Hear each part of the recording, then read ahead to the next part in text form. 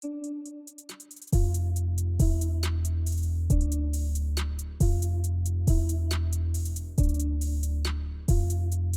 to another episode of the Offseason presented by Cardinal Studios, which is available on Spotify or Apple Podcasts or wherever you get your podcasts. We are back on the offensive side of the ball. Today, we are going to go over guards. I guess I'm going to be going ahead to kick it off. I believe we've got 4 guards that we're going to be covering. With me, I've got my co-host, Mike, got Q, got Denzel's back into his house. Hey, yes, sir. You know what I'm saying? Off of a hiatus, you feel me? Yeah, so I guess I'm going to go ahead and get right into it. I've got a guy out of Texas, just like you had the other day. Texas. I got right guard DJ Campbell, who is 6'3", 313 pounds. In watching this guy, okay, let me give off some of his stats from this last season. He had allowed 11 hurries, 6 hits, and 1 sack, from what I pulled. So, I mean, it's not too crazy. Watched a lot of his games, but the 2 games I really put an emphasis on watching all of his snaps, actually, was against Ohio State and against Georgia, just because they were like the more stout defenses. There's more names that we know on their defense. Watching him against Ohio State, here's something that I found was crazy. He did not let up a sack against Ohio State, and Ohio State has 35 sacks on the 2025 season. So, I mean, it's not like, just to name a couple names on their defense of note that blitz often. You got Caleb Downs, Sonny Styles, and Arvell Reeves. It's not a defensive conversation, but those are big names that are coming out of this draft that he didn't allow a sack on. Did anybody else allow sacks in that game? Do you know?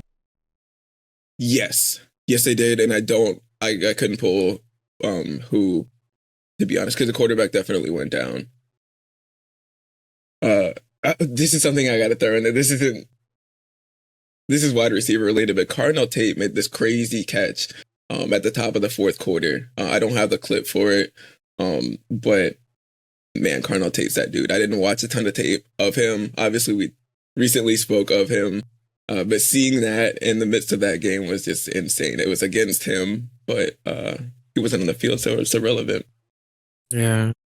A couple notes I had from this game, though, is that he's got great vision in the pass game to pass off players or to decide if he needs to, stay and help on a double team. It seems like he's very fluid with his linemen next to him.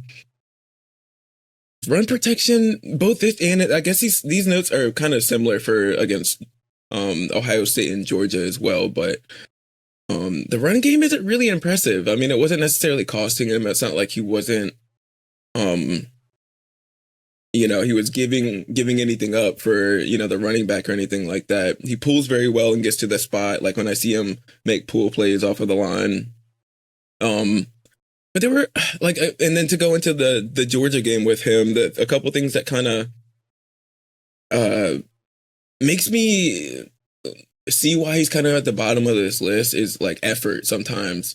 I see a couple plays where it actually was on the first drive where if he had just stuck to his man, that it appeared that, again, I don't know his assignment, but what it appeared to be his assignment to block a guy, if he had kind of followed through the play, the running back, I wouldn't say it was a house call, but it's an extra 10, 15 yards on the play. So, and I saw that kind of being a trend. I mean, I'm highlighting that play, but it was kind of a trend in his gameplay. Another note I had during the Georgia game, and this kind of to wrap this up on his play style, I said he's getting busy in the run game. And then a play later, I said, never mind, he had the chance to get that guy. Player 33 on Georgia. I don't know who he is. Shout out to 33. But all he literally did was, it wasn't even a cut. He just took a sidestep and it threw him completely off of his game. I don't know. So from watching his tape, I think that he maybe can be coached because he's athletic. That's the thing. And watching him move and when he does get to the get a hat on a hat, he is a really great player. I just don't know if it's a confidence thing. I should have looked into this because now I'm thinking of this off the top of my head. I don't know if he had injuries, injuries or any concerns like that. I did note at the end of the Georgia game, or the end of the first half in the Georgia game, he was limping a little bit. So, again, I mean, this is football, right? So, like, there's some things that give me pause in his gameplay that make me wonder how it's going to translate into the league. And when I see things like that, no-name linebackers right now in the league. I mean, Emmanuel Acho at his prime, you know what I mean, could just make this man miss. So, shouts out to Emmanuel Acho and his, very short career. No. Yeah. Emmanuel Acho always seems like he's trying to sell me something, bro. Like, he just has like this personality. You remind me of like the peanut from like what the fuck is that shit called? What's this? That too, but like the little nigga from like SpongeBob. What's it called? Weenie Hut Juniors. You kind of remind me of that nigga. Oh my gosh. He's just like this, like. Oh man, dude. A lot of y'all don't watch UFL, which if y'all do, shout out. But he's a commentator on there, and I swear, love Emmanuel Acho to death. But he'll like talk about like, my gosh, what's his name? He'll just like, let's just go Michael Sam. He's like, Michael Sam, a long time ago, he used to eat Fruity Pebbles before every game. And now every game, he always has to have a box of Fruity Pebbles by his side, or else he doesn't get any pressures. I'm like, why do I need to know that? No. Right, irrelevant information. But he knows everything about everything. It's the craziest thing. He's trying to be like John Madden. Like, in an argument, he'll go to bat for anything, and he knows what he's talking about. Like, I actually admire that. It's pretty cool. He does seem smart. Yeah, he does. I have him going. I have Daniel Campbell going, and as an early day 3 pick, somewhere between rounds 4 and 6. I could see him going to Cleveland. He fits in Monken's system. Kind of put him in a system that is like gap heavy, like a gap heavy offense, allowing him to kind of work square in tight spaces. I feel like that's where he might be able to best shine. I don't know about that open field stuff. Try to fill in the gap. Yeah. I think he's really good at like plugging, but pause. But no. Yeah, I'm like, where are we going with this? Yeah, he said he's good at plugging. Fill in a hole really good, I was just waiting for somebody. Really stop that. No, I'm not even gonna carry that anymore. So yeah, that's him. I think it's Mike, you're going next, right? Or is it no, you're last. I'm sorry. Yeah. I think it Isabella that would have been going next. It might be me. Yeah, so I think is it you then, DJ? It should be you. Really quick, I want to show y'all this clip. Oh. This is a clip for y'all. This is my man's. This got to be high school, right? But this is my man's as the offensive lineman. This way! Dang. He ain't getting up. He ain't getting up. He didn't jump on him like that, though. Right, he's a big dude. He ain't coming to the next play. You know what I'm saying? Can of corn. Wow, he's a big dude. Oh, suit and tie. I forgot my notebook in the car, so I have to go off of my phone notes.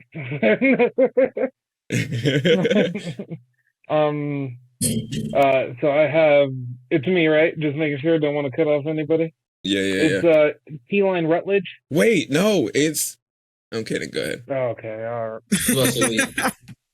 Yeah. It's Keylan Rutledge. Going off of my notes that I took from him on my phone, he was at Georgia Tech. He was on the right side. You got a question?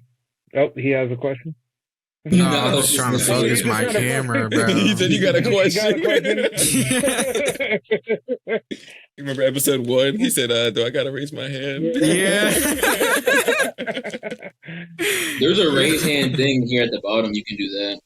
Oh, yeah. True. Okay. Oh, shit. Okay. Hold on 1 second. Let me, No, I'm just kidding. I had to raise my hand real quick. Oh, wait. I have to lower it now. Okay. Yeah.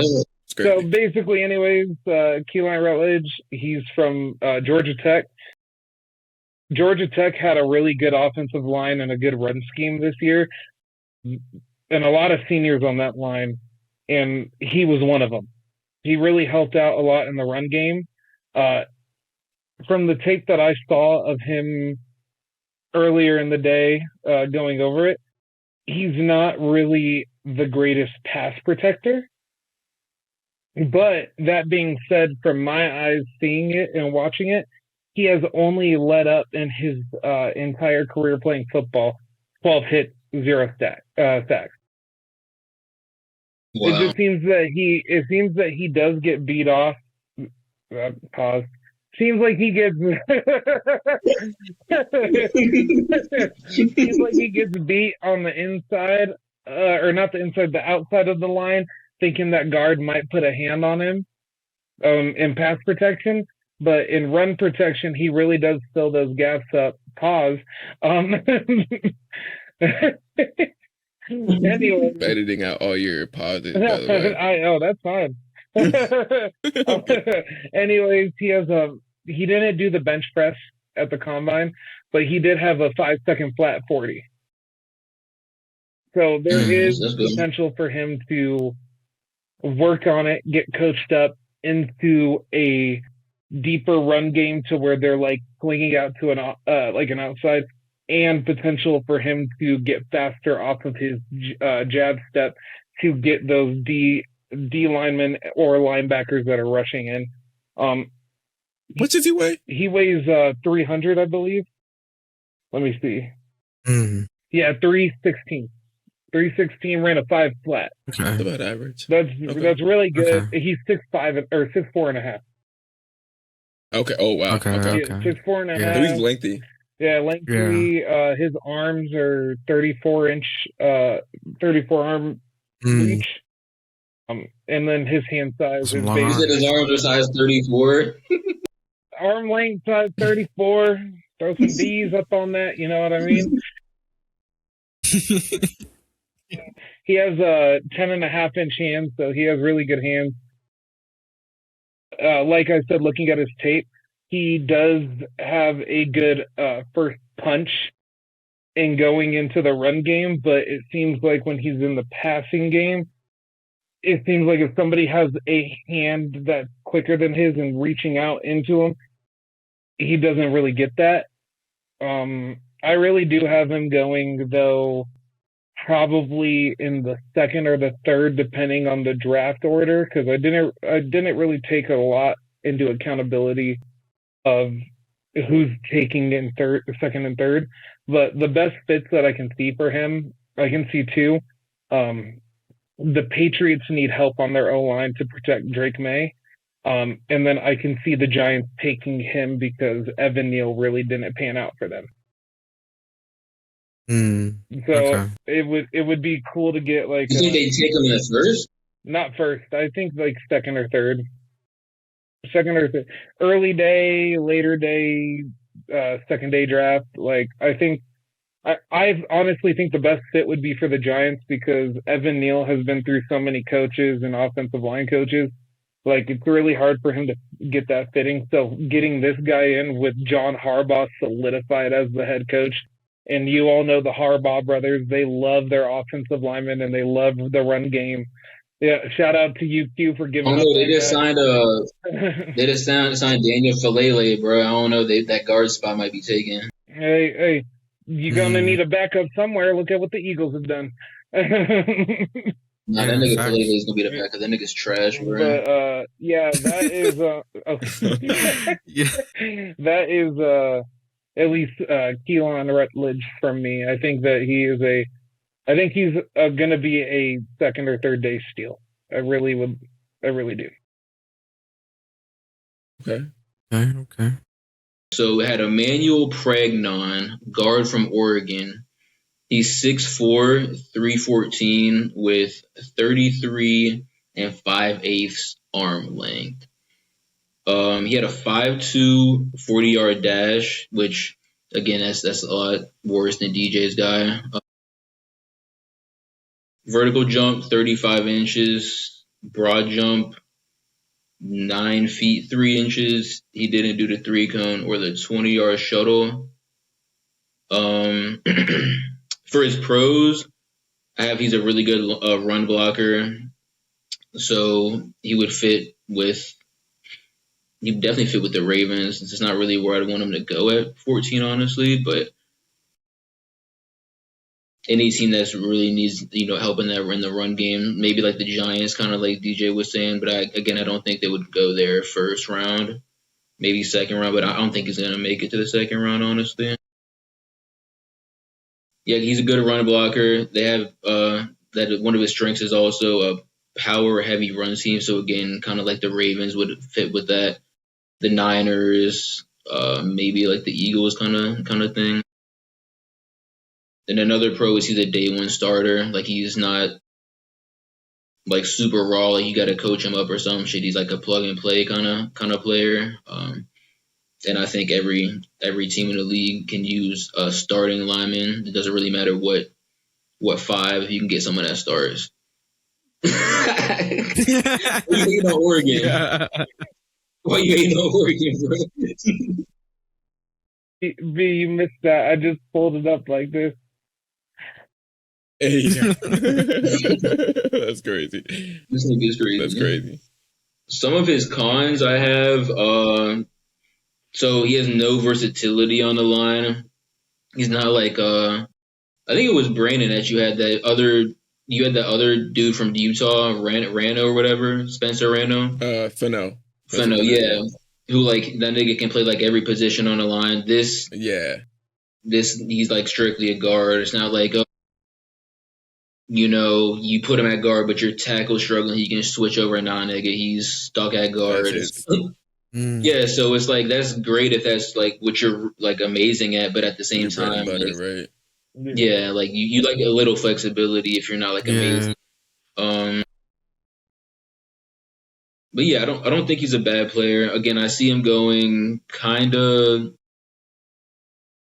middle. I say mid to late first, maybe even second, kind of. Looking at teams that he could be on, the Bears at 25, maybe.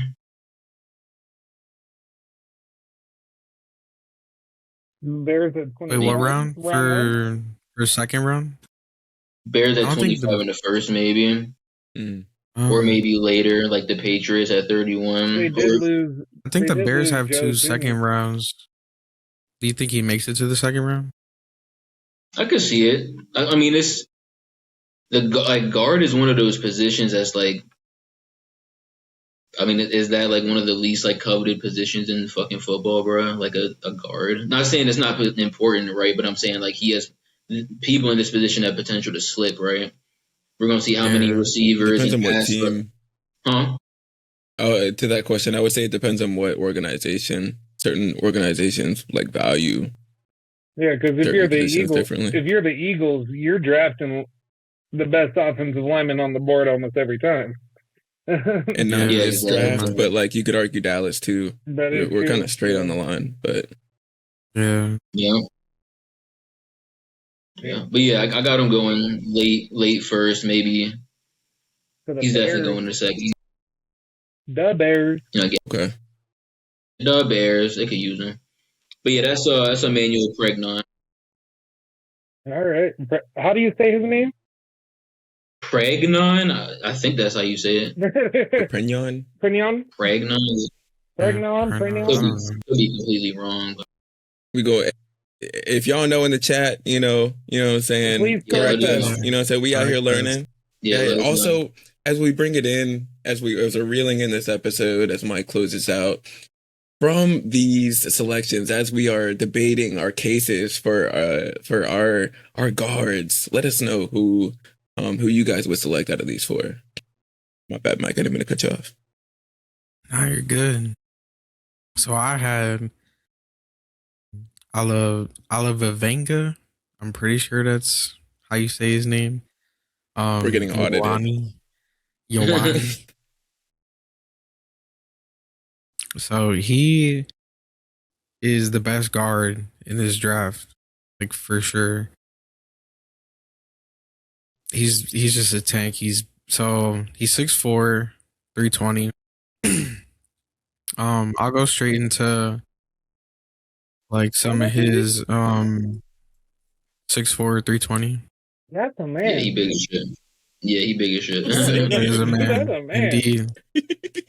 But he's just like he's just broad. Like he's very, very broad. Like he's just a big ass dude with big limbs. Like just like big legs, big arms. I know. Everything. He's just huge, bro. He's just like like for real. So for his PFF grade, he was given an 80, which was ranked 13 out of like the 680 something guards that were eligible. He started 16 games in the 2024 season and started 11 games in the 2025 season, and he only allowed 4 pressures and no sacks. Over his career or just, like, just the season?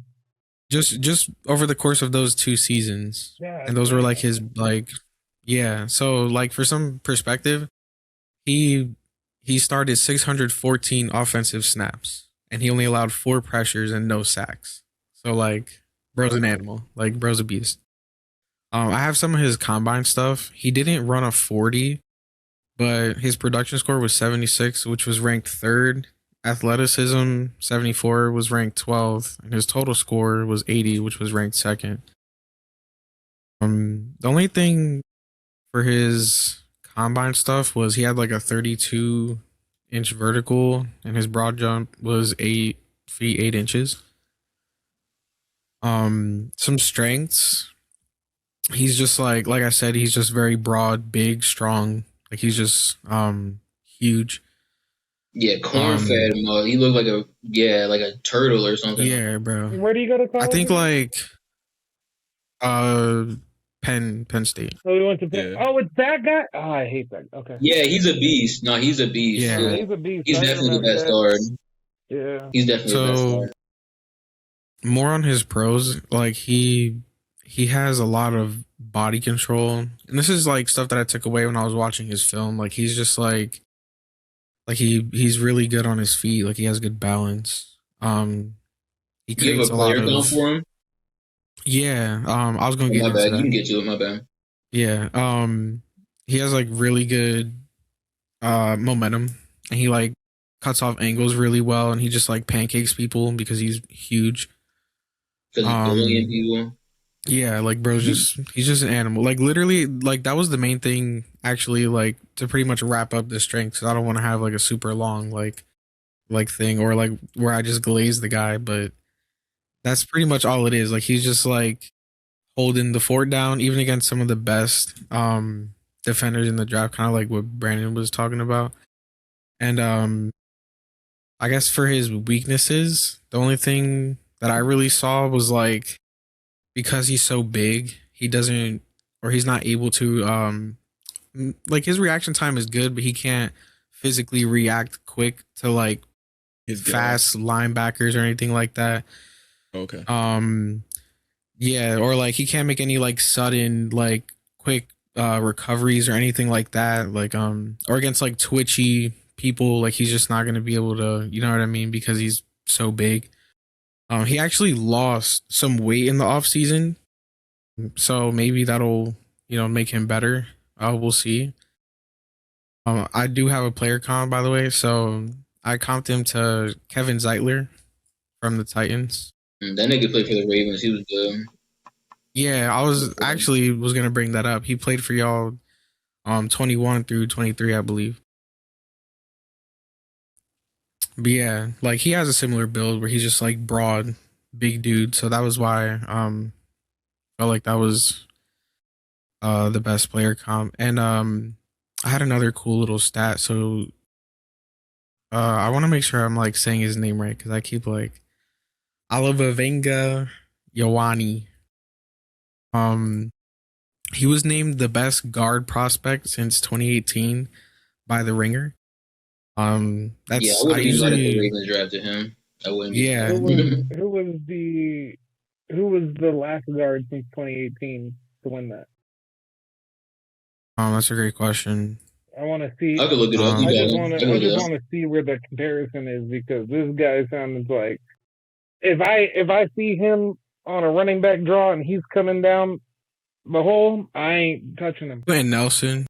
Quentin Nelson, you said? Quentin Nelson? Yeah. I ain't touching Yeah, like the best guard in the league. I ain't touching that man. I see him come to block me. I'm like, yep, you can have it. Yeah, he's a beast. He's like one of the best offensive linemen in the league. Yeah. But he's projected early, like first round, top 10 probably. The Bengals are probably gonna pick him up at 10. Obviously, they need like a pass. Nah, I hope they go all defense. Keep getting Joe Burrow fucked up. Go all defense. If I was the Bengals, I'd draft this guy. I would too, bro. But I hope they go all defense to the Ravens. That's most likely who they're gonna go with. I feel like that's just, like no brainer if he doesn't go earlier. But I think if he doesn't go to them, other good systems would be like the Steelers, obviously. Even y'all, like the Ravens. Q. I feel like y'all could, I've seen him mock to the Ravens a lot. Yeah, and then like a team like the Chargers, they could also use him, obviously, but their O-line issues. Their whole line was injured last year. What? Slater, they traded for Penning from the Saints. They had they were all they lost both their tackles the whole season. Yeah, if I was the Chargers, I'd draft this guy. He's not gonna make it there. I don't think he's gonna make it. Yeah, nah, no way. He's probably. I think they're like 22 or something. I think literally like he's gonna go to the Bengals. Like even. I guess like a sneak peek of like my mock draft, that's probably where I'm going to put him, like at 10 for the Bengals, like for sure. But yeah, that's Olaivavega Yawani. I want your body. I want Yawani. And that big old sweet gun. Hey, somebody say Domino's. Yeah. Y'all, I appreciate y'all for tapping in as we got through the offensive guards and the upcoming 2026 NFL draft. From Sunday, on Sunday, I should say, you will hear from us as we move into centers to wrap out the rest of the offense. And we're gonna, deep dive back into the defense, which is as you saw from this most previous episode, that came out on Wednesday. Math is hard. Yeah. I'm thinking of the time. Just set me up. Yeah, so as you guys see, we're gonna wrap out offense and then get into the defensive side of the ball. From my co-hosts here, Mike, Hugh, Denzel, we appreciate y'all and all your time. Love y'all. Love y'all.